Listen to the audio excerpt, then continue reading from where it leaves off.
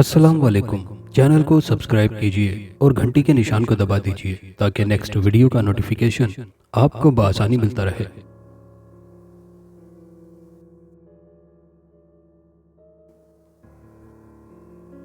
नासिर दबे कदमों कमरे के दरवाजे तक पहुंचा।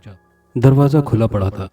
अंदर बत्ती रोशन थी और अंदर से अमतुल के मध्यम सी रोने की आवाज उभर रही थी। कुछ देर नासिर चौखट पर ही खड़ा रहा, फिर जरा हिम्मत करके अंदर झांका। अमतुल नीचे फर्श पर पांव पसारे बेड से टेक लगाए बैठी थी। चेहरा बदस्तूर नीचे झुका हुआ था और मध्यम सी आवाज में जैसे वो बैन करते हुए रो रही थी। नासिर फौरन वापस पलटा और माँ को सारी सूरत हाल से आगाह किया और तसल्ली दी कि सुबह हम अमतुल को किसी अच्छे डॉक्टर के पास लेकर जाएंगे। तो माँ ने कहा, यह डॉक्टर के बस का रोग नहीं है बेटा, यह आसेब का मामला है। किसी कामिल पीर फकीर के पास जाना होगा जो रूहानी इलाज से आसेब को काबू में लाएगा। तब सबने माँ की बात पर इत्तिफाक किया और रात का बकिया हिस्सा इसी बेचैनी और इस्तराब में जागकर बसर किया। उधर साहिर ने भी रात जागती आंखों से बसर की थी। सुबह नाश्ते को भी दिल न चाहा। फिर वो बाइक पर अपनी माँ को लिए अमतुल के घर पहुंचा। मुख्तलिफ कयास और वसवसे उसके दिमाग में हलचल पैदा कर रहे थे। शांतुल ने उनके लिए दरवाज़ा खोला और रात भर पेश आने वाले वाकयात की तफसील बताकर कहा कि अभी ज़रा देर पहले अमतुल को अम्मी जान और भैया भाभी किसी पीर साहब के पास लेकर गए हैं। साहिर और उसकी वालदा बहुत परेशान हुए। फिर साहिर अपनी माँ को वहीं छोड़कर बाइक लिए अमतुल के पास चल दिया।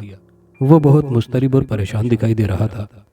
अमतुल को एक मारूफ आमिल बाबा के डेरे पर लाया गया, जहां उसके पास बहुत से मर्द और औरतें बतौर साइल जमा थीं। नासिर ने आमिल बाबा से दरख्वास्त की कि हमारे मरीज की हालत बहुत तशवीशनाक है, इस पर आसेब है और बहुत तकलीफ दे रहा है, लिहाजा पहले उसे देख ले। लिहाजा अमतुल को एक अलहदा कमरे में नासिर और उसकी बीवी बाजुओं से पकड़कर ले आए और चारपाई पर लिटा दिया। फिर जैसे ही आमिल बाबा अंदर आए, अमतुल तेजी से चारपाई पर उठकर बैठ गई। पांव समेटकर उनको बाहों के दायरे में ले लिया और छपाक से आंखें खोलकर एक एक चेहरे को बगौर देखा। आमिल बाबा ने कुछ पढ़ते हुए अमतुल की कलाई सख्ती से पकड़ी और उसके चेहरे पर झुकते हुए फूंक मारी। उधर वो फूंक मार रहा था और उधर पटाख की आवाज से अमतुल का थप्पड़ आमिल बाबा के बाएं गाल पर इस तरह बरसा कि लम्हे भर को सब पर सख्ता तारी हो गया।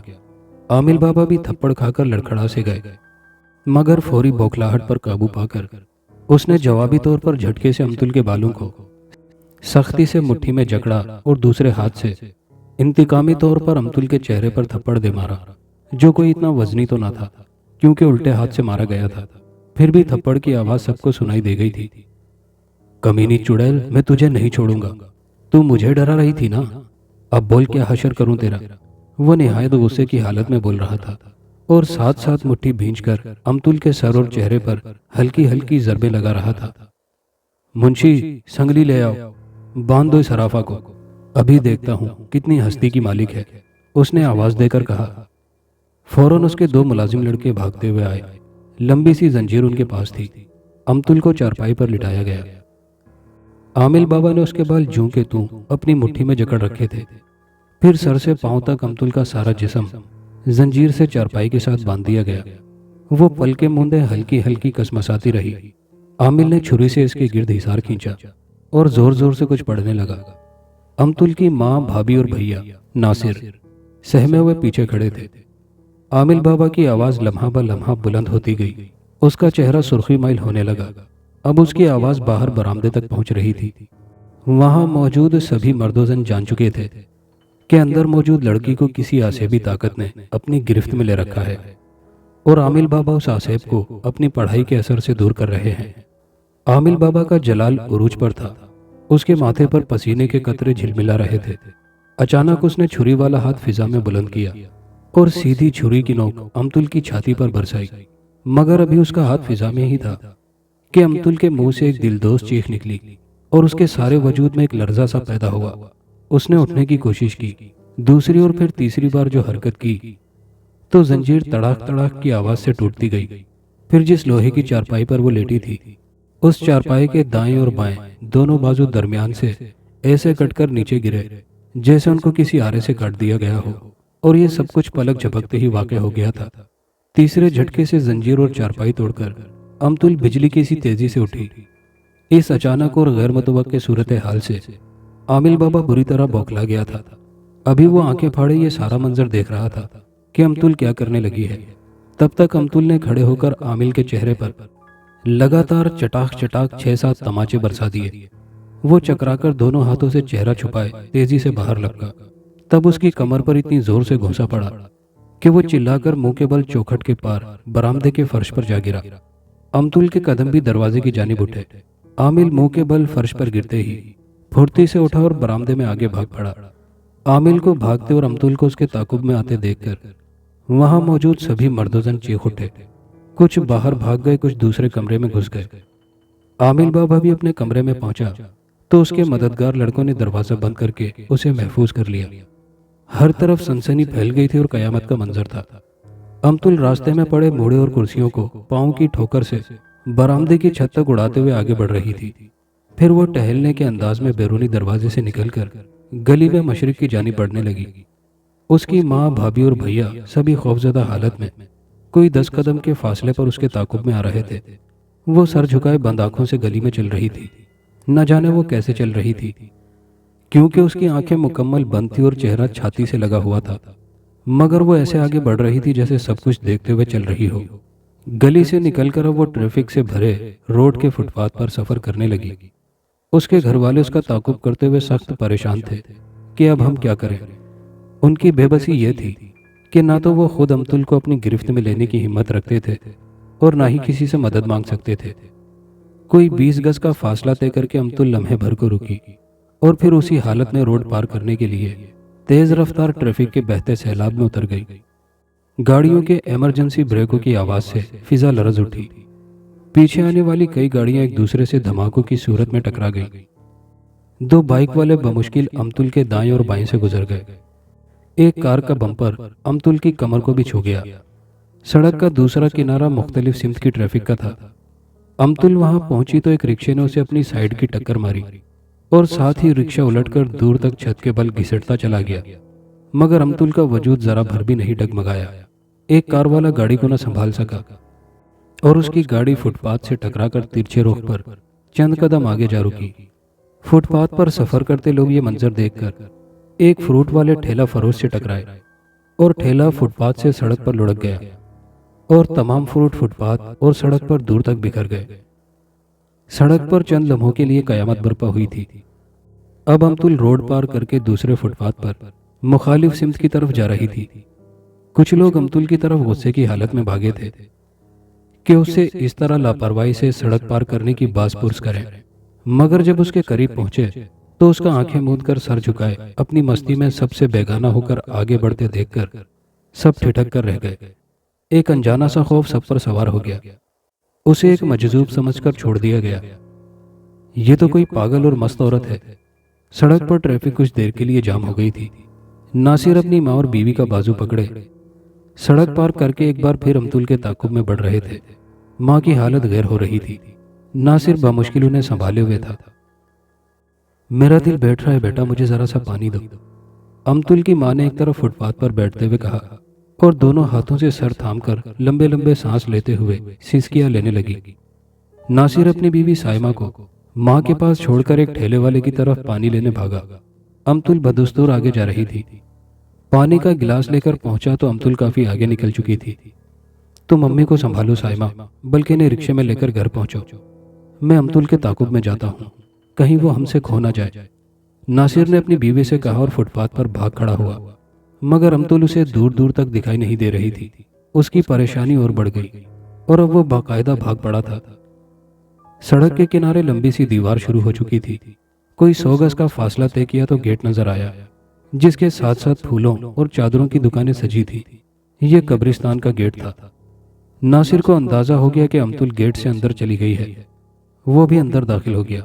चंद गिनती के लोग कब्रिस्तान में दाखिल हो रहे थे, कुछ वापस लौट रहे थे। दूर तक फैला हुआ कब्रिस्तान था। उसने चारों तरफ का जायजा लिया। चंद इक्का दुक्का लोग दूर तक कब्रों के बीच दिखाई दिए, मगर अमतुल कहीं नजर न आ रही थी। चंद मकबरा टाइप कब्रों की आड़ बनी थी और कई कब्रों के ऊंचे कदबे अमतुल को झांकने की राह में हाइल हो रहे थे। नासिर दाएं जानिब मुड़ा और कब्रों के बीच चकराता काफी दूर तक आगे बढ़ गया था। फिर बाएं हाथ को ऊपरी चक्कर लगाकर मायूस सा वापस गेट की तरफ लौट रहा था। उस हिस्से में खासी पुरानी कब्रें थी। कुछ कब्रों के निशानात मालूम हो चुके थे। नासिर थके हुए कदमों से इर्द गिर्द का जायजा लेता हुआ बहुत सुस्त रफ्तारी में आगे बढ़ रहा था। फिर अचानक उसे कोई 10-12 कब्रें छोड़कर दाएं जानिब एक जंगली खारदार बबूल के पेड़ तले एक औरत बैठी दिखाई दी।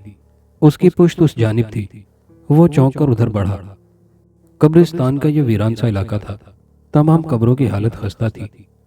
कच्ची कब्रें, मिस्मार ढेरियां बस अलामत के तौर पर जाहिर हो रही थी और पुख्ता कब्रों की ईंटें भी बमुश्किल अपना वजूद लिए खड़ी थी। कुछ खारदार झाड़ियां थी। वो एक बबूल का पेड़ था जिसकी छांव भी कोई इतनी घनी न थी। नासिर और करीब पहुंचा तो उसे अमतुल को पहचान लेने में कोई दिक्कत पेश नहीं आई। उसका चेहरा दूसरी जानिब था।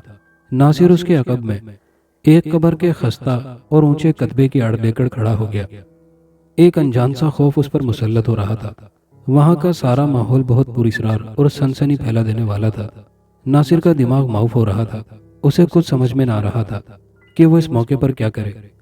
अमतुल के पास जाने का उसमें हौसला नहीं हो रहा था और वो उसे इस हाल में यहाँ तन्हा छोड़कर जा भी तो नहीं सकता था।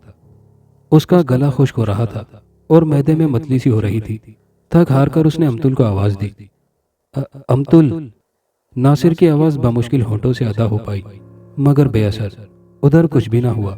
नासिर ने फिर हिम्मत की। अमतुल, मैं नासिर तुम्हारा भाई।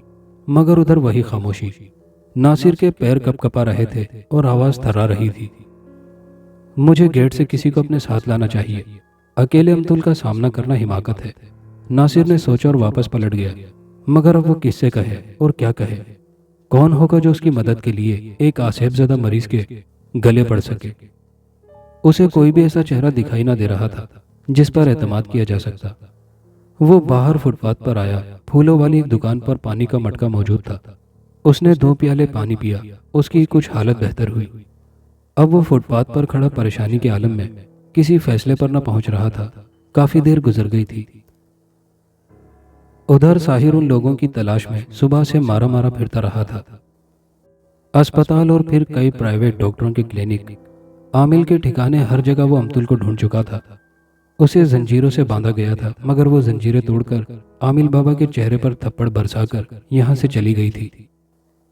साहिर और भी परेशान हो गया। फिर उसे सड़क पर अमतुल की माँ और नासिर की बीवी फुटपाथ पर मिल गए। वो उन्हें लिए घर पहुंचा और अब नासिर अमतुल की तलाश में कब्रिस्तान की तरफ आया तो नासिर उसे गेट पर ही मिल गया। नासिर उसे देखकर बहुत खुश हुआ और सारी तफसील बताकर पूछा कि अब हम क्या करें। अमतुल कब्रिस्तान के अंदर एक वीरान हिस्से में मौजूद है। देखो नासिर भाई, ये बात तो वाज़ेह हो चुकी है कि अमतुल पर किसी आसेब का साया है जो किसी आमिल की गिरफ्त में भी नहीं आ रहा। बस्ती अनूपपुर में एक सैयद साहब रहते हैं जो अल्लाह के बहुत कामिल वली हैं। अगर किसी तरह हम अमतुल को वहां लेकर पहुंच जाएं तो मुझे यकीन है कि वो हर किस्म के आसेब को दूर कर देंगे। साहिर ने अपनी राय पेश की थी। हाँ, उनका नाम तो मैंने भी सुन रखा है। सफ़र भी कोई ज़्यादा दूरी का नहीं, यही कोई 15-20 मील की मुसाफत होगी। मगर सवाल यह है कि अमतुल को वहां तक लेकर पहुंचा कैसे जाए। नासिर ने साहिर की बात का जवाब देकर परेशानी से कहा, जाहिर है टैक्सी तो लेना पड़ेगी, मगर टैक्सी कब्रिस्तान के अंदर तो नहीं जा सकती। हाँ ये तो है। साहिर ने भी मायूसी जाहिर की। दोनों उलझ से गए। हाँ, एक तरकीब आई है मेरे जहन में। तुम यहाँ ठहरो, मैं टैक्सी ले आऊं। साहिर ने नासिर से कहा और बाइक लिए टैक्सी स्टैंड चल दिया। ऐसे में एक सियाह रंग की बड़ी कीमती गाड़ी वहां आकर रुकी जिससे एक बुजुर्ग बरामद हुए। पिछली सीट पर शायद उनके मुरीदैन बैठे थे जो गाड़ी रुकते ही तेजी से बरामद हुए और फ्रंट पर मौजूद बुजुर्ग हस्ती के लिए गाड़ी की खिड़की खोली। वहां मौजूद तमाम लोग उस बुजुर्ग हस्ती से झुककर बड़े आदाब से सलाम करने लगे। नासिर ने भी बाबा जी को मुअद्दब आदाब पेश किया और बेख्तियार उनके हमरा कब्रिस्तान के अंदर चल दिया। उनका कोई मुरीद उन्हें यहाँ ले आया था जिसका कोई अजीज यहाँ दफन था और उसकी कब्र पर फातिहा ख्वानी करनी थी। नासिर तमाम अरसा उनके साथ रहा। मतलूबा कब्र पर फातिहा के बाद फूल रखे गए। फिर सारे कब्रिस्तान वालों की बख्शिश के लिए दुआ की गई। जब वो लोग वापस पलटने लगे तो नासिर ने आगे बढ़कर बाबा जी से बड़ी आजिज़ी के साथ दरख्वास्त पेश की कि हुजूर, मेरी जवान साल बहन है, कल से उस पर किसी आसेब का साया पड़ा है और इस वक्त वो सामने कब्रिस्तान में बैठी है। हम सब घर वाले रात से परेशान हैं। बाबा जी, खुदा के लिए कोई दम कर दीजिए, मेरी बहन ठीक हो जाए। नासिर की फरियाद सुनकर बाबा जी ने फरमाया, हाँ, ऐसा करो कि किसी बोतल वगैरह में पानी ले आओ, मैं दम कर देता हूँ। उसके चेहरे पर छिड़क देना। आसेब जाता रहेगा, फिर उसे हमारे आस्थाने पर ले आना। कल तो नहीं, परसों आ जाना, क्योंकि कल तो हम आपको नहीं मिलेंगे। इंशाल्लाह आपकी बहन ठीक हो जाएगी। ठीक है बाबा हुजूर, नासिर ने सादतमंदी से कहा और गेट पर पहुंचकर पानी की बोतल पर दम करवाया। बाबा जी चले गए और इसी दौरान में साहिर गाड़ी लिए वहां आ पहुंचा। नासिर ने उसे बताया कि यहाँ तुम्हारे बाद एक बाबा जी नजदीकी दरगाह से आए थे। मैंने अमतुल के लिए पानी दम कराया है, देख लेना, अब अमतुल जरूर ठीक हो जाएगी। बाबा जी ने कह दिया है कि वो अब होश में आ जाएगी। परसों उसे दोबारा हमारे पास ले आना, इंशाल्लाह वो बिल्कुल ठीक हो जाएगी। साहिर भी उसकी बात सुनकर बहुत खुश हुआ। अब वो दोनों एक साथ तेजी से उधर बढ़ रहे थे जहां कुछ देर पहले नासिर अमतुल को छोड़कर आया था। फिर वो उन्हें दूर से ही वहां बैठी हुई दिखाई देने लगी। उनकी तरफ उसकी पुश्त थी। उसके करीब जाने से उनके दिल भी दहल रहे थे। दो कब्रों का फासला छोड़कर वो रुके, बेबसी से एक दूसरे की तरफ देखा। फिर साहिर के दिमाग में ख्याल बिजली का कूंदा बनकर लपका।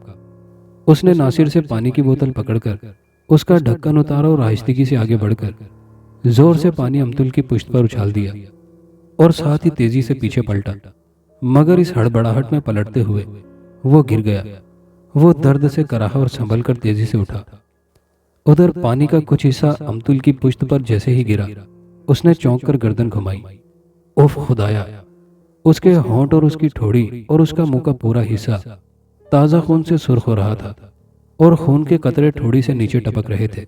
बाएं कलाई से कमीज का बाजू वाला हिस्सा फटकर नीचे लटक रहा था और कलाई की बड़ी शरियान से ऐसे लहू टपक रहा था जैसे उसे तेजधार आले से काट दिया गया हो। जब अमतुल ने गर्दन घुमाकर पीछे झांका, तब उसके लबों से दर्द भरी चंद आहें निकली थी और वो कमर के बल पीछे गिरकर बेसुध हो गई थी। उसके बाएं हाथ का पंजा दाएं हाथ की गिरफ्त में था। नासिर और साहिर चंद लम्हे ये दिलखराश मंजर देखते रहे। फिर साहिर ने हिम्मत की और जरा करीब पहुंचकर बोतल का पानी अमतुल के चेहरे और जिस्म पर उछाल दिया। अमतुल के कराहने की आवाज उसके नथनों से बरामद हो रही थी। लगता है पानी ने काम कर दिखाया, साहिर ने खुशी भरे लहजे में कहा। तो नासिर को भी हौसला हुआ। वो दोनों एक साथ आगे बढ़े। अमतुल का बाजू जख्मी हो चुका था और कलाई पर दांतों के निशानात वाजे थे। ओहो, ये तो अमतुल का खून पी रही थी। ये बात जल्दी उनकी समझ में आ गई। फटी हुई कमीज का बाजू वाला हिस्सा फाड़कर कलाई पर पट्टी बांधी गई। अमतुल पल के मूंधे निढाल सी पड़ी ऊँग रही थी। दोनों ने उसे उठाकर उसका एक एक बाजू अपने कंधे पर लिया और कमर में हाथ डालकर चलने लगे। वो चलते हुए कदम को उठा रही थी मगर उन पर वजन नहीं डाल रही थी। मैं इसे कंधे पर उठाता हूँ, साहिर ने कहा और झुककर अमतुल को कंधे पर लाद लिया। गेट तक आते आते वो हाँफ सा गया था। फिर नासिर ने उसे सहारा दिया और अमतुल को गाड़ी की पिछली सीट पर लिटाने में मदद की। पानी की बोतल साथ ली गई। अपनी बाइक वो एक दोस्त के पास छोड़ आया था। तुम अमतुल के साथ पीछे बैठ जाओ, साहिर ने अमतुल के भाई नासिर से कहा। नहीं यार, तुम इधर बैठो, मैं फ्रंट पर बैठूंगा। नासिर का लहजा बता रहा था कि वो अमतुल से खौफजदा है, न जाने किस लम्हे क्या हो जाए। खौफ तो साहिर के दिल में भी था, मगर अमतुल की मोहब्बत उसे हर खौफ से बेखौफ कर रही थी। लिहाजा उसने पिछली सीट पर अमतुल का सर अपनी गोद में रखा और उसका खून आलूद चेहरा कपड़े से साफ करने लगा। गाड़ी ने सफर का आगाज किया और साहिर अमतुल के उलझे हुए रेशमी बालों को संवार कर उसकी मासूम सी सूरत में खोया रहा। शाह साहब के पास जाने के लिए उन्हें नहर की पटड़ी पर सफर करना था और ये भी नहर थी जिस पर सफर करते हुए अमतुल और साहिर को उस आफत से दो चार होना पड़ा था। वो खिड़की से बाहर देखते हुए सफर कर रहा था। अब वो जगह करीब आ रही थी जहां कब्रिस्तान था और साहिर ने अपनी आंखों से चुड़ैल को देखा था। उसके बदन में एक झुरझुरी सी उभरी जो कमर की हड्डी में सरायत कर गई। फिर जैसे ही कब्रिस्तान की हद शुरू हुई, साहिर की निगाहें शीशे के उस कब्रिस्तान में खोसी गईं। अमतुल का सर उसकी गोद में था और बायां बाजू उसके कंधे पर रखा था, मगर उस लम्हे साहिर इस कदर कब्रिस्तान की तरफ मुतवज्जे हो चुका था कि उसे खबर ही न हुई कि कब अमतुल के अंदर समाई उस गैबी कुव्वत ने उसका बाजू पकड़ लिया। साहिर तो उस लम्हे दर्द से बिलबिलाकर चौंका जब उसकी कलाई से कमीज फाड़कर अमतुल ने अपने दांत तेजधार खंजर की तरह उसकी कलाई में पेवस्त कर दिए और उसकी खून वाली मोटी शरियान काटकर गरम गरम लहू पीने लगी। साहिर का बाजू उसने इतनी कुव्वत से दबोच रखा था कि साहिर को हाथ छुड़ाना मुश्किल हो गया। अमतुल सीट से नीचे गिरकर सजदे की हालत में साहिर के बाजू पर झुकी थी। साहिर दर्द की शिद्दत से चिल्ला रहा था। इस अचानक उफ्ताद पर नासिर और ड्राइवर पीछे मुतवज्जे हुए और जोरदार ब्रेक लगाकर गाड़ी को रोका। नासिर के तो हाथ पांव कांपने लगे थे। ड्राइवर ने हिम्मत की और अमतुल की गिरफ्त से साहिर का हाथ छुड़ाने में भरपूर तगोदो की, मगर उसका हर हरबा नाकाम रहा। साहिर के चेहरे पर पसीने के कतरे बूंदों की तरह चमक रहे थे।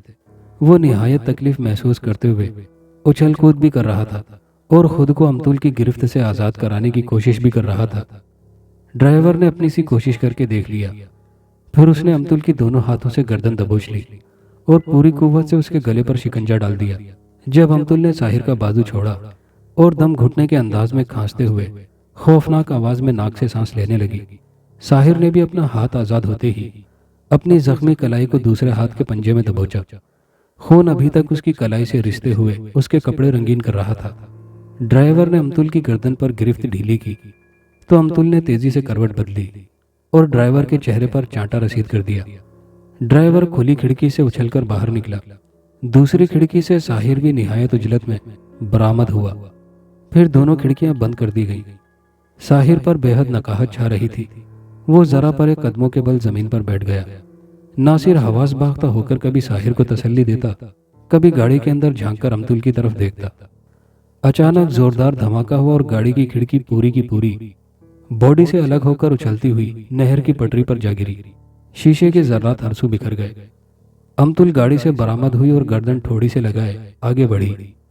वो तीनों खौफ से भागते हुए पटरी से नीचे कूद गए।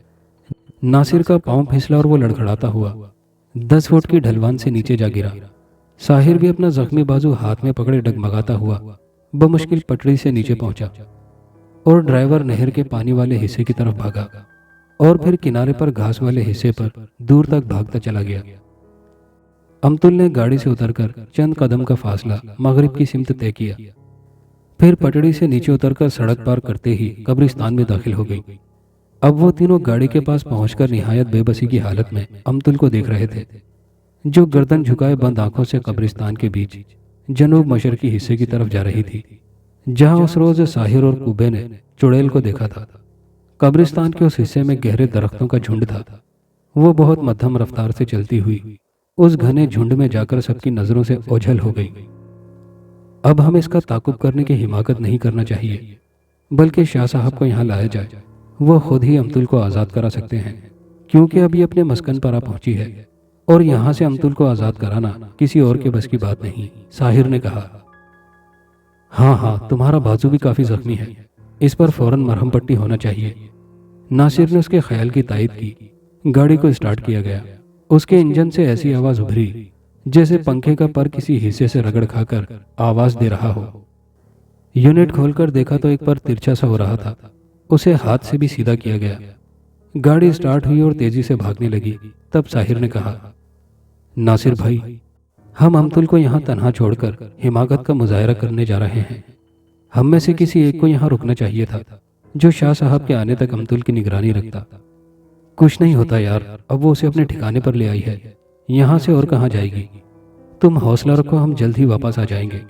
तुम जख्मी हो और मैं किसी सूरत यहाँ अकेला कब्रिस्तान में नहीं ठहर सकता। तुम नहीं जानते मेरी क्या हालत हो रही है। नासिर ने उसे खामोश कर दिया, मगर साहिर बेबस परेशान दिखाई दे रहा था। 5 मील का सफर तय किया तो एक पुल पर से पुख्ता सड़क गुजरती थी और यहाँ बस स्टॉप और चंद दुकानें भी मौजूद थी। एक छोटा सा मेडिकल स्टोर भी था, जहाँ से साहिर के बाजू पर पट्टी कराई गई और उसे इंजेक्शन दिया गया। फिर वो सीधे शाह साहब के डेरे पर पहुंचे। वहाँ काफी लोग जमा थे, मगर पता चला कि शाह साहब शहर तक गए हैं, जहाँ से शाम को ही लौट कर आएंगे। ये जानकर नासिर और साहिर के चेहरे बुझ से गए। अभी दोपहर का वक्त था। कब शाम होगी, कब वो आएंगे? वो शहर में कहाँ मिलेंगे? हम उनसे फौरी मिलना चाहते हैं। हमारा एक आसेबी मरीज सख्त तकलीफ में है। साहिर ने शाह साहब के डेरे पर मौजूद निगरां मुंशी जी से पूछा। उनको 2-3 सरकारी दफातर में जाना है, फिर अपने एक मुरीद के पास कुछ वक्त के लिए ठहरेंगे। फोर्ट एरिया में एक नई कॉलोनी है जहां इम्तियाज साहब का घर है। ठीक है, हमारा अपना शहर है, हम ढूंढ लेंगे। वो फौरन वापस पलटे। पिछली खिड़की के बगैर हर निगाह गाड़ी को तजस्सुस से देखती और कई तमस्खुर उड़ाने लगते। वापसी पर जब उस जगह पहुंचे जहां अमतुल गाड़ी से उतर गई थी, तो साहिर ने कहा कि आप मुझे यहाँ उतार दें और खुद शाह साहब को लेने जाएं। नासिर ने चंद लम्हे कुछ सोचा, फिर साहिर को उतर जाने का इशारा दिया। साहिर उतरा। गाड़ी हल्के हल्के धूल के बादल उड़ाती आगे बढ़ गई और साहिर कब्रिस्तान में दाखिल होकर उतर बढ़ने लगा जहां दरगाह शरीफ थी। और उस दिन उसने कूबे को यहाँ से अपने साथ मिलाया था। कब्रिस्तान में हर सू वीरानी और गहरा सन्नाटा छाया हुआ था। वो बार बार इधर उधर घने झुंड की तरफ देखता, मगर वहां भी गहरी वीरानी और सन्नाटे का राज दिखाई दिया। अमतुल का कहीं नाम तक न था। कूबे ने साहिर को दूर से ही पहचान लिया और भागकर उसके पास आया। बाबूजी, आप अपनी बीवी को यहाँ अकेला छोड़कर कहाँ चले गए थे? वो बेचारी अकेली जख्मी हालत में निढाल सी उस घने झुंड के परले किनारे पर एक पेड़ के नीचे हमें मिली। पहले तो हम डर गए कि वो चुड़ैल है, मगर मैंने उसे पहचान लिया कि ये तो वही लड़की है जो उस रोज आपके साथ सफर कर रही थी। आपकी बाइक पंक्चर हो गई थी और मैंने उसे आपके साथ दूसरी बाइक पर सवार कराया था। और अमतुल कहाँ है? साहिर ने चौंक कर बेताबी से पूछा। हमारे पास है, घबराओ नहीं। हमने उस पर दरगाह का दम किया हुआ पानी छिड़का है, वो होश में आ गई है। हमसे पानी और खाने को मांगा, मगर अभी वो हमें कुछ बता नहीं रही कि वो यहाँ कैसे पहुंची। कोई गाड़ी आई थी जो कब्र पर खड़ी रही। एक धमाके की आवाज भी आई थी। कूबा उसे तफसील बता रहा था और साहिर तेज तेज कदमों से उस झोंपड़ी की तरफ बढ़ रहा था जहां अमतुल की मौजूदगी का उसे इशारे से कूबे ने बताया था। वो अंदर पहुंचा। अमतुल सामने चारपाई पर बेसुध नीम बेहोशी की हालत में मौजूद थी और 2 औरतें उसके पास खड़ी थी। अमतुल, साहिर ने दीवानावर कहा और उसके पास जा पहुंचा। लो भाई, तुम्हारे वारिस आ पहुंचे। उधेड़ उम्र औरत ने अमतुल को मुतवज्जो किया।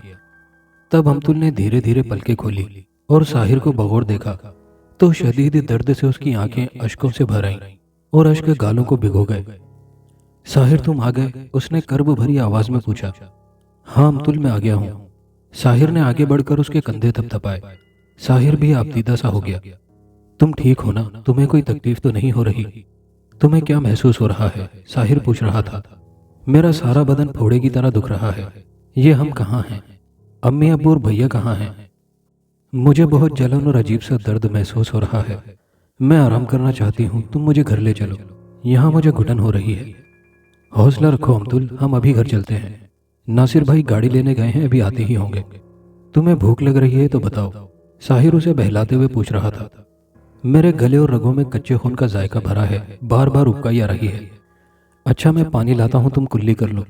मुंह हाथ धो लो, सब ठीक हो जाएगा, साहिर ने कहा और पानी की बाल्टी लाकर उसे बरायना गुसल खाने के पर्दे में जाने को कहा। अमतुल साहिर के कंधे का सहारा लेकर गुसल खाने में गई और जरा देर बाद चेहरा धोकर बाल संवार कर रिबिन बांधते हुए बरामदे में आई। इस अरसे में साहिर ने कूबे को नहर पर किसी गाड़ी के आने की निगरानी पर मामूर कर दिया। कोई 2 घंटे बाद नासिर एक नई टैक्सी में शाह साहब को लिए वहां पहुंचा। कूबे ने वहां पहुंचकर उनको अमतुल और नासिर के बारे में इत्तला दी कि वो हमारे पास दरगाह पर मौजूद हैं। अमतुल होश में आ चुकी है। नासिर शाह साहब को लिए वहां पहुंचा। अमतुल अंदर झोंपड़ी में चारपाई पर लेटी थी। शाह साहब को अमतुल की चारपाई के करीब मुड़ा डालकर दिया गया। फिर शाह साहब ने अमतुल को सीधा लिटाकर दायां हाथ उसके वजूद पर छतरी की तरह तान कर कुछ पड़ा तो अमतुल के पूरे वजूद में एक जोरदार अंगड़ाई नमूदार हुई और वो उठकर बैठ गई। गैबी कुव्वत उसमें हाजिर हो गई। कौन है तू और क्यों इस मासूम सी लड़की को अपनी गिरफ्त में ले रखा है? शाह साहब ने हाकिमाना अंदाज में पूछा। नासिर, साहिर, कूबा सभी पास खड़े थे। औरतें और बच्चे बाहर भेज दिए गए। अमतुल पांव समेटकर सर झुकाए खामोश बैठी थी। मैं पूछता हूँ, कौन है तू? बोलती क्यों नहीं हो? शाह साहब ने जोर देकर पूछा। तब अमतुल ने सर उठाया और वजनी सी आवाज में बोलने लगी।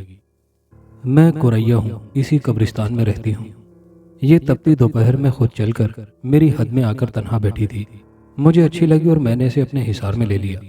बकवास करती हो तुम। वो तो नहर की पटड़ी पर बैठी थी, वो कब्रिस्तान में तो नहीं आई थी। और फिर वो एक इंसान है और तुम एक आसेबी कुव्वत हो, तुम्हारा उससे क्या मेल जोल है? शाह साहब ने तकरार करते हुए पूछा। तो फिर वो खामोश हो गई। बोलो, जवाब दो कुरैया, क्यों इतनी तकलीफें दी तुमने इसे? तुमने इसका लहू पिया, सब घर वालों को खौफजदा करके परेशान किया। क्यों किया तुमने सब ये आखिर, क्यों? बस मुझे ये अच्छी लगी है, मैं इसे छोड़ना नहीं चाहती, अमतुल की जबानी कुरैया ने जवाब दिया। कैसे नहीं छोड़ेगी तू? जिंदा रहेगी तो छोड़ेगी ना इसे?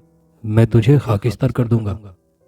नहीं, तुम मुझे नहीं मारोगे बाबा जी, मैं तुमसे वादा करती हूँ कि अब मैं इसे कोई तकलीफ नहीं दूंगी। कुरैया ने कहा तो शाह साहब जलाल में आ गए और खड़े होकर उसके सर पर हथेली का साया किया। तब वो जोर से चीखी और हाथों के बल जमीन पर झुकी और शाह साहब के पांव पकड़ लिए। मैं चली जाती हूँ, ईश्वर के लिए मुझे जलाओ मत, मुझे माफ कर दो। शाह साहब ने झुककर उसके दोनों शाने मजबूती से पकड़े और ऊपर उठाया तो ये देखकर वहां मौजूद सभी की चीखें निकल गई कि अमतुल की जबान उसकी ठोड़ी से नीचे लटक आई है और सांप की तरह इधर उधर लहरा रही है। फटी फटी आंखें सफेदी में बदल चुकी थी। शाह साहब ने जोरदार झटके से अमतुल के वजूद को चारपाई पर पटका। वो चारपाई पर चित होकर गिरी। शाह साहब ने फिर उस पर हथेली तानी तो वो चिल्लाने के अंदाज में बुड़बुड़ाने लगी। मैं जा रही हूं, मैंने इसे छोड़ दिया, मैं फिर कभी नहीं आऊंगी। अमतुल का सारा वजूद कुलबुलाते हुए निहायत अजियत से गुजर रहा था। शाह साहब बदस्तूर उस पर हाथ ताने कुछ पढ़ते रहे। वो लम्हात बड़े जान गुसल थे और सब पर कयामत बनकर गुजर रहे थे। फिर धीरे धीरे उसकी आवाज भी डूबती चली गई और सारा जिस्म भी साकिन होता चला गया। जबान अपनी असली हालत में लौट आई और पलकें मूंद गई। फिर सारा बदन साकित हो गया। अमतुल ने धीरे से पलकें खोली, अपने इर्द गिर्द का जायजा लिया और झेंप कर तेजी से उठकर तकिए पर फैली चादर को समेटकर सर पे ओढ़ने लगी। सबने उसे होश में देखकर सुख का सांस लिया। शाह साहब ने पानी दम करके उसे पिलाया। साहिर ने ही उसे पानी दिया। अमतुल, अब कैसी हो तुम? साहिर ने पूछा। अमतुल ने गर्दन को इकरार में हल्की सी जुम्बिश देकर कहा, हाँ मैं ठीक हूँ, अब ये ठीक हो गई है, सारा मामला रफा दफा हो गया, परेशान होने की जरूरत नहीं। शाह साहब ने सबको तसल्ली दी। हम इसे घर ले जा सकते हैं? नासिर ने पूछा। हाँ, आप इसे घर ले जाएं, अब इसे कुछ नहीं होगा, लेकिन जिंदगी भर के लिए एक एहतियात करना जरूरी होगा। शाह साहब ने कहा तो वो सब उछलकर रह गए और बड़े तजस्सुस से पूछा, वो क्या शाहजी? मेरी बात गौर से सुनो, ये जो कुछ भी हुआ आप उसे यूं भूल जाएं कि कभी कुछ हुआ ही नहीं था। अगर आप में से यहाँ मौजूद जो लोग भी हैं इस वाकये का आपस में जिक्र किया या फिर किसी और से तस्करा किया तो फिर अमतुल के साथ भी कुछ हो सकता है और उस जिक्र करने वाले के साथ भी कोई आसेबी हादसा गुजर सकता है। अमतुल के घर वाले और हर वो शख्स जो इस वाकये के बारे में जान चुका है वो इस बात का जिक्र जबान तक भी ना लाए। ये बात है मुश्किल, मगर इस पर अमल करना आप सबके लिए बेहतर होगा। एक अनजाना सा खौफ सबके चेहरों पर आया होने लगा। अमतुल से दूर रहकर भी नहीं? साहिर ने पूछा। आप दुनिया के किसी कोने में भी अमतुल और कुरैया की बात करेंगे तो आप उस कुव्वत के निशाने पर होंगे, और ऐसा करने से जो मामूली सा हादसा जिक्र करने वाले के साथ पेश आएगा वो ये होगा कि उसकी आंखें सफ़ेद हो जाएंगी और वो जिंदगी भर किसी के सामने खुली आंखों से बात नहीं कर सकेगा। शाह साहब ने यह कहा तो सब पर एक बिजली सी गिर गई और सबके चेहरे दहशत ज़दा हो गए। क्या वो आंखों से अंधा हो जाएगा? साहिर ने हिम्मत करके पूछ डाला। नहीं, वो अंधा तो नहीं होगा, मगर उसकी सफ़ेद आंखों की कोई ताब नहीं ला सकेगा। वो उससे दूर भागेगा। एक अनजाना सा खौफ देखने वालों पर असर करेगा, क्योंकि उस गैबी कुव्वत की आने वाली नस्ल भी कुरैया की बू पाकर जहां जहां सफ़ेद आंखों का जिक्र छिड़ेगा वहां वहां अपना इंतकामी असर जाहिर करेंगी। ये भी ज़रूरी नहीं कि हर जगह ये अपना असर छोड़ जाएं, फिर भी एहतियात से काम लेना ज़रूरी होगा। शाह साहब कह रहे थे और उनकी ये बात अमतुल भी सुन रही थी, मगर उस वक्त उसका जहन पूरी तरह बेदार न था। वो गनूदगी किसी कैफियत में बैठी थी और सब कुछ सुन रही थी। फिर उसे गाड़ी तक लाया गया, वो खुद चलकर आई। घर पहुंचकर भी उसने शाम तक का वक्त सोकर गुजारा। अगले चंद दिनों में ही उसकी सेहत बहाल होने लगी और कोई नाखुशगवार वाकया भी पेश न आया। साहिर हर रोज उसकी तीमारदारी करने आता। साहिर ने अमतुल की इस पुरस्रार बीमारी और ख़तरनाक वाकयात में जिस तरह उसकी निगहदाश्त और हर मकाम पर मदद की थी, अमतुल के घर वाले उसके बेहद शुक्रगुजार थे। फिर साहिर ने अपनी माँ को अमतुल का रिश्ता मांगने भेजा। जो किसी पसोपेश के कबूल कर लिया गया, मगर शर्त यह रखी गई कि अमतुल बीए का इम्तिहान पास कर ले, फिर रुखसती करेंगे। मगर चूंकि शाह साहब ने फरमाया था कि अमतुल की जल्द ही शादी कर दी जाए, इस बात को मलहूज रखते हुए मजबूरन फैसला किया गया कि निकाह की रस्म अदा करते हैं, रुखसती बाद में कर लेंगे। सब ने इस बात पर इत्तेफा किया और 15 दिन बाद अमतुल का साहिर से निकाह कर दिया गया। अमतुल भी बेहद खुश थी, वो साहिर को दिलो जान से चाहती थी। साहिर भी उसे पाने के लिए हर खतरे से गुजर चुका था। कोई 6 माह बाद जब अमतुल के पेपर्स खत्म हो गए तो उसे सुर्ख जोड़े में साहिर के संग रवाना कर दिया गया। इस तमाम अरसे में अमतुल के साथ बज़ाहिर कोई तो हादसा पेश नहीं आया, मगर कई बार रात को उसे अपनी छाती पर वजन सा महसूस होता या फिर कुछ देर के लिए वो खामोश हो जाती। जो कुछ उसके साथ बीत चुका था, किसी फर्द ने उन वाकयात का जिक्र तक न किया था, बल्कि कुरैया के तसव्वुर से भी सभी कांप जाते थे। फिर जब हुजला उरूसी में साहिल अमतुल का घूंघट उठाने जा रहा था तो उसे न जाने क्यों अमतुल के रूप में कुरैया बैठी हुई दिखाई दे रही थी। उसने सर को झटक कर तेजी से इस ख्याल को दिमाग से निकालकर परे फेंकने की कोशिश की, और एन उसी लम्हे अमतुल के दिमाग में यह ख्याल तेजी से उभर रहा था कि आज मैं साहिर से पूछूंगी कि जब मैं उस असेबी कुव्वत के हाथों में थी तो मेरी क्या कैफियत हुई थी। साथ में पीर साहब की हिदायत भी उसे रोक रही थी कि इस बात को ख्याल में भी नहीं आने देना। वो दोनों अपनी अपनी जगह बैक वक्त खौफ, तजस्सुस और विसाल के लम्हों से आशना होने की कैफियत से गुजर रहे थे। फिर जब साहिर ने अमतुल का घूंघट उठाया, अमतुल ने शर्माते और मुस्कुराते अंदाज में अपनी लंबी झालर सी पलके उठाई तो साहिर पर आसमानी बिजली सी गिर गई। क्योंकि अमतुल अपनी सफ़ेद आंखें खोले उसे देख रही थी, साहिर उछल कर रह गया। उसने अपनी इस तराबी कैफियत को संभालते हुए अमतुल से पूछा, अमतुल, तुम मुझे देख रही हो? हाँ साहिर जी, मगर ये बात आप क्यों पूछ रहे हैं? अमतुल ने हैरत से पूछा। उसकी नॉर्मल आवाज़ सुनकर साहिर ने खुद को संभाला। लम्हे भर में उस पर कयामत ही तो गुजर गई थी। सुहाग के वो यादगार लम्हे हादसाती पल बनकर रह गए थे। पूरे वजूद में तनाव सा आ गया था, मगर वो इस बात का जिक्र तक नहीं कर सकता था। उफ, किस कदर मजबूर और बेबस होकर रह गया था वो। फिर भी उसने अपने हवास अपनी गिरफ्त में रखते हुए अमतुल को बढ़कर कंधे से लगा लिया। सुबह आईना देखते हुए अमतुल ने जब आईने के अक्स में खुद को झांका तो दबी दबी सी सिसकारियां लेते हुए अपना चेहरा घुटनों में छुपा लिया।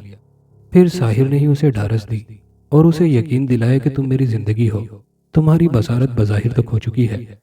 देखने वाले तुम्हें खौफ और तजस्सुस भरी नजरों से देखेंगे, मगर मैं तुम्हें कभी इस कमी का एहसास तक नहीं होने दूंगा। तुम सियाह चश्मा लगाए रखना जो तुम्हारे हुस्न को और भी दोबाला रखेगा। साहिर ने मुस्कुराते हुए अमतुल से कहा तो अमतुल की डुबडुबाई आंखों से 2 कतरे नीचे ढलकर मुस्कुराते लबों की रंगत को और निखार गए। फिर जब वो उम्मीद से हुई तो अल्ट्रासाउंड से पता चला कि जुड़वा बच्चे हैं, डिलीवरी ऑपरेशन से होगी।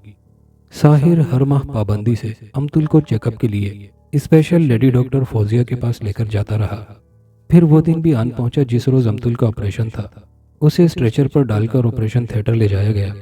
डॉक्टर फौजिया ने ऑपरेट करना था। साहिर अपनी वालदा और बहन के साथ बरामदे में बेचैनी से ऑपरेशन थिएटर के दरवाज़ा खुलने का इंतजार कर रहा था। 15, 20, 30 और 35 मिनट गुजर गए। इंतजार का एक एक लम्हा अजियतनाक कैफियत में गुजर रहा था। फिर दरवाज़ा खुला। पहले नर्स चेहरे पर सब्ज नकाब डाले बरामद हुई, फिर डॉक्टर फौजिया। साहिर भागकर अंदर जाने को लपका तो डॉक्टर फौजिया ने उसे रोक लिया। मिस्टर साहिर, प्लीज इधर आइए। साहिर परेशानी की हालत में डॉक्टर फौजिया के साथ उसके ऑफिस में पहुंचा। डॉक्टर ने उसे कुर्सी पर बैठने का इशारा किया। साहिर पर कयामत गुजर रही थी। जी डॉक्टर साहिबा, प्लीज जल्दी बताइए क्या हुआ? ऑपरेशन ठीक हो गया ना? हाँ हाँ, रिलैक्स मिस्टर साहिर, जुड़वा बच्चे पैदा हुए हैं, मगर क्या?